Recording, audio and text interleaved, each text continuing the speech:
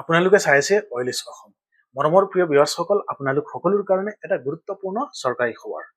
মাননীয় অসমৰ মুখ্যমন্ত্ৰী মহোদয় এটা ফেচবুক লাইভ কৰিছিল আৰু সেই ফেচবুক লাইভত অৰুণোদয় পোৱা হিতাধিকাৰী সকলৰ কাৰণে গুৰুত্বপূৰ্ণ এটা আপডেট দিছে আৰু যাৰ ৰেচন কাৰ্ড আছে ৰেচন কাৰ্ড থকা ব্যক্তিসকলৰ কাৰণে এটা গুৰুত্বপূৰ্ণ আপডেট দিছে।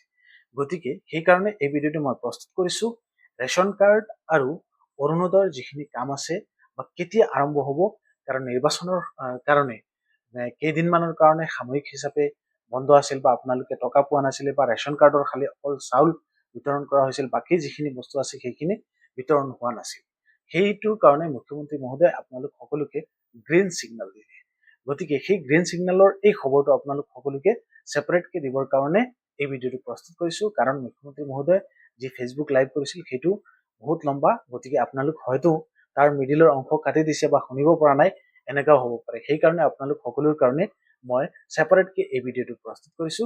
মৰমৰ প্ৰিয় ভিউৱাৰ্ছসকল, আগষ্টৰ ফাৰ্ষ্ট উইকৰ পৰা আপোনালোক সকলোৰে অৰুণোদয়ৰ টকা দিয়াৰ কাৰণে মুখ্যমন্ত্ৰী মহোদয় ফেচবুকত জনাইছে আৰু ৰেচন কাৰ্ডৰ যিখিনি বাকী আছে দিবলগীয়া সেইখিনিও আগষ্ট মাহৰ পৰা আৰম্ভ হ'ব, বা যিবিলাক চৰকাৰী অনুদান আছে সেই অনুদান বিলাকৰো কাৰণে মুখ্যমন্ত্ৰী মহোদয়ে প্ৰমিছ কৰিছে। আপোনালোক সকলোকে সেই লাইভৰ অংশটোক লৈ যাব বিচাৰিছো, তাতে মুখ্যমন্ত্ৰী মহোদয়ে কি কৈছে এই বিষয়ে শুনাব বিচাৰিছো।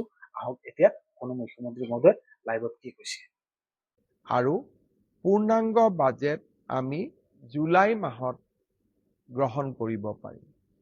আমাৰ আই মাতৃসকলে বিভিন্ন উন্নয়নমূলক আঁচনিৰ লগত যোৱা মাহটোত নিজকে জড়িত কৰিব পৰা নাই, কাৰণ আমাৰ ভোট অন একাউণ্টছ বাজেটৰ বাবেই আমি এনেধৰণৰ উন্নয়নমূলক কাম কাজসমূহ কৰিব পৰা নাই। মই ইতিমধ্যে সংবাদ মাধ্যমত কৈছো, কিন্তু আজি মই আপোনালোকক আকৌ এবাৰ ক'ব খুজিছো যে আগষ্ট মাহৰ প্ৰথম সপ্তাহৰ পৰাই মই চেষ্টা কৰিম 2 বা 3 আগষ্টৰ পৰাই আপোনালোকে অৰুণোদয় আঁচনি আগৰ দৰে লাভ কৰিব। আগষ্ট মাহৰ পৰা অৰুণোদয় আপোনালোকে মাহেকীয়া নিয়মিতভাৱে পাই থাকিব আৰু আপোনালোকে অলপো চিন্তা কৰিব নালাগে। সেই ধৰণে আমি যিটো কম দামত চেনি বা দাইল দি আছিলো, সেই আঁচনিখনো আমি আগষ্ট মাহৰ পৰাই আৰম্ভ কৰিম। অৱশ্যে আমি ইয়াক অকণমান নতুন ৰূপত লৈ আহিম, সেই বিষয়ে আমাৰ পূৰ্ণাংগ বাজেটত আপোনালোকে শুনিবলৈ পাব।